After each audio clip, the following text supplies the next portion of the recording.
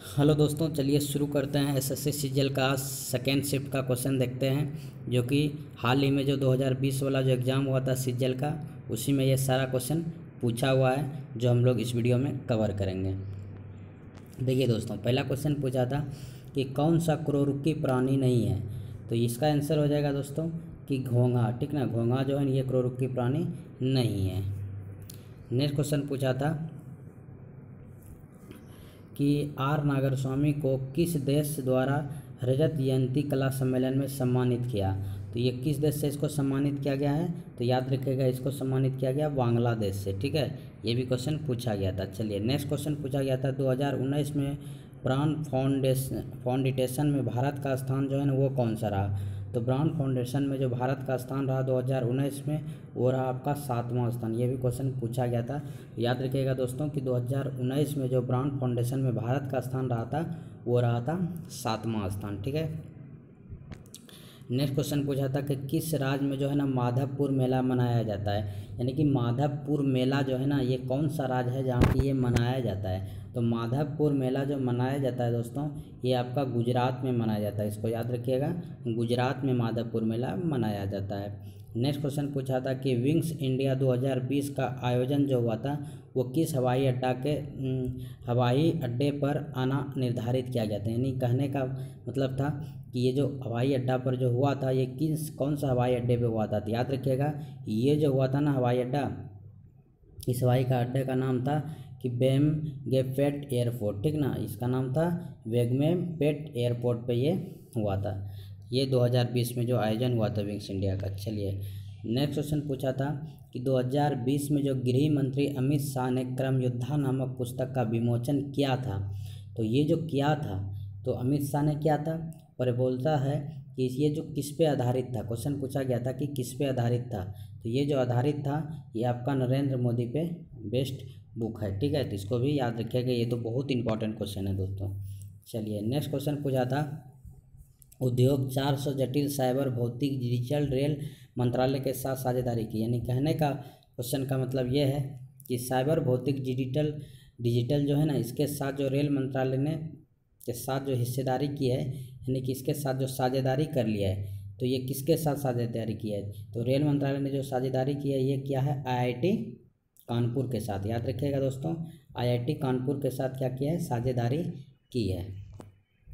Next question पूछा था कि कौन सी ग्रंथि जो है ना ये फेफड़े के बीच में रहती है, तो याद रखिएगा कि कौन सा ग्रंथि जो है ये फेफड़े के बीच में रहती है, तो फेफड़े के बीच में जो रहती है ना ग्रंथि इसका नाम है बाल्य ग्रंथि। याद रखिएगा दोस्तों, बाल्य ग्रंथि जो है ना ये फेफड़े के बीच में रहती है दोस्तों। याद रखिएगा, बाल्य ग्रंथि जो है ना ये फेफड़े के बीच में रहती है। नेक्स्ट क्वेश्चन पूछा था कि खाद्य एवं ग्राम में, याद रखिएगा दोस्तों, खाद्य एवं ग्राम की अगर बात किया जाए तो याद रखिएगा कि खाद्य एवं ग्राम मोर्य ने सबसे पहले रेशम उद्योग कहाँ स्थापित किया था, तो रेशम का उद्योग जो सबसे पहले स्थापित किया गया था ये किया गया था आपका कहाँ पे, गुजरात में। याद रखिएगा दोस्तों, ये किया गया था कहाँ पे, गुजरात में किया गया था।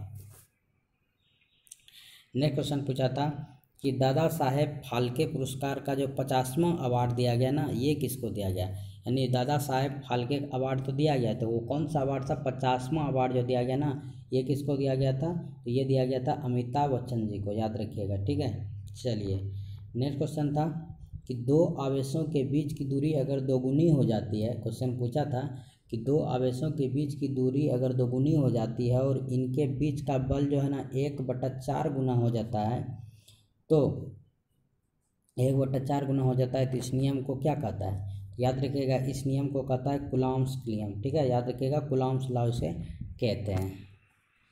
चलिए नेक्स्ट क्वेश्चन पूछा था कि मुंबई में जो गेटवे ऑफ इंडिया है ये कब यानी किस वर्ष बनाया गया था, तो मुंबई में जो गेटवे ऑफ इंडिया है इसको जो बनाया गया था दोस्तों, इसको बनाया गया था कब, 1913 में। याद रखिएगा इसको 1913 ईस्वी में बनाया गया था। नेक्स्ट क्वेश्चन पूछा था कि नंद वंश का जो अंतिम शासक था ना वो कौन सा था, कुछ पूछा था क्वेश्चन कि नंद वंश जो है ना उसका अंतिम शासक कौन था, तो उसका अंतिम शासक कौन था, जानते होंगे घनानंद था। याद रखिएगा कौन सा, घनानंद था। चलिए नेक्स्ट क्वेश्चन पूछा था कि वैश्विक निवेश सम्मेलन 2020 का जो आयोजन हुआ था ये कहाँ पे हुआ था? तो वैश्विक निवेश सम्मेलन का 2020 में जो आयोजन हुआ था ना, ये किस राज्य में हुआ था? केरल में हुआ था। याद रखिएगा दोस्तों, केरल में ये हुआ था। चलिए नेक्स्ट क्वेश्चन पूछा था कि अजातशत्रु जो है ना ये किसका पुत्र था? तो अजातशत्रु तो हिस्ट्री का चीज़ है, तो सब जानते होंगे कि अजातशत्रु किसका पुत्र था? ये बिंबिसार का पुत्र था। तो याद रखिएगा दोस्तों, किसका था पुत्र? ये बिंबिसार का पुत्र था। चलिए नेक्स्ट क्वेश्चन पूछा था कि जनवरी 2020 में किस राज्य विधानसभा में राष्ट्रीय प्रतीक और फूल को मिलाकर नया लोगो बनाया गया? यानी कि लोगो जो बनाया गया था ना, कि जनवरी 2020 में जो है ना एक नया लोगो बनाया गया था, राष्ट्रीय प्रतीक और फूल को मिला के जो है ना एक लोगो बनाया गया था। ये किसे बनाया गया था? ये बनाया था अरुणाचल प्रदेश ने। याद रखिएगा साथियों, ये अरुणाचल प्रदेश ने बनाया था, ठीक है, लोगो, ठीक है। चलिए नेक्स्ट क्वेश्चन पूछा था कि द लेडी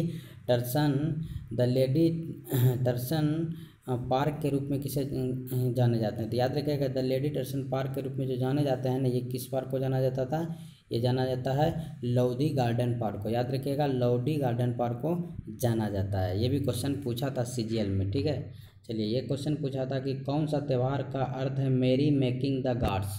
ये पूछा था कि ऐसा कौन सा त्यौहार है जिसका अर्थ है कि मेरी मेकिंग द गार्ड्स, ठीक है।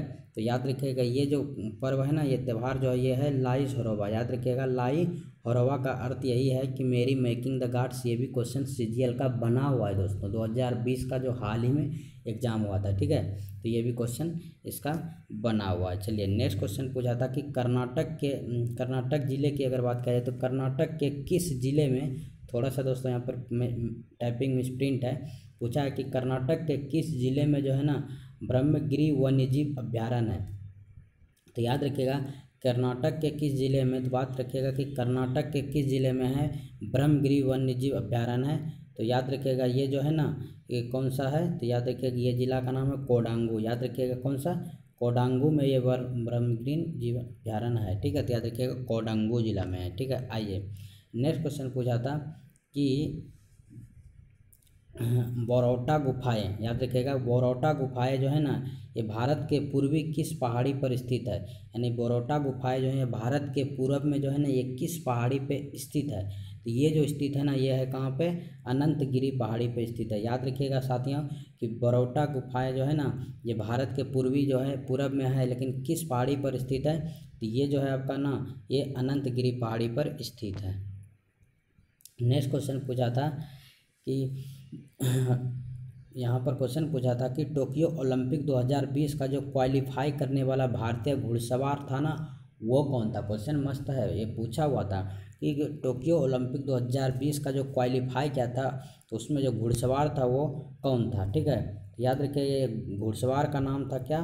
फवाद मिर्ज़ा। याद रखिएगा फवाद मिर्ज़ा जो था ना यही घुड़सवार है जो कि 2020 में जो है ना टोक्यो ओलंपिक में क्वालिफाई किया था। ये भी क्वेश्चन बना हुआ है साथियों। चलिए नेक्स्ट क्वेश्चन बना था कि किस देश में अंतर्राष्ट्रीय शतरंज में 55वां संस्करण जीता था? यानी किस देश ने जो है ना क्वेश्चन पूछ लिया कि किस देश ने जो है ना अंतर्राष्ट्रीय शतरंज जो हुआ था उसमें 55वां ऑस्कर जो है ना कि संस्करण जो हुआ था ना उसको वो अंतर्राष्ट्रीय शतरंज में 55वां संस्करण किया गया था। सॉरी, यहाँ पे क्वेश्चन पूछा था कि किस देश में अंतर्राष्ट्रीय शतरंज में 55वां संस्करण किया था? तो ये जो किया था दोस्तों ये क्या था आपका कहाँ पे? इंग्लैंड में। याद रखिएगा दोस्तों ये क्या था कहाँ? इंग्लैंड में। चलिए नेक्स्ट क्वेश्चन बना था कि निकास बाद रात्रि आकाश में चमकने वाले पिंडों को किस नाम से जाना जाता है? तो निकास बाद रात्रि आकाश में जो चमकने वाले पिंड है ना इसको किस नाम से जाना जाता है? तो याद रखिएगा इसको जाना जाता है किस नाम से? खगोलीय पिंड के नाम से जाना जाता है। याद रखिएगा साथियों खगोलीय पिंड के नाम से इसे जाना जाता है दोस्तों। नेक्स्ट क्वेश्चन पूछा था कि सिरका का प्रमुख घटक कौन सा है? तो सबको पता है कि सिरका का जो प्रमुख घटक है वो कौन सा हो सकता है? तो सिरका का प्रमुख घटक हो सकता है क्या? Acetic acid. याद रखिएगा साथियों एसिटिक एसिड जो है ना ये सिरका का क्या है?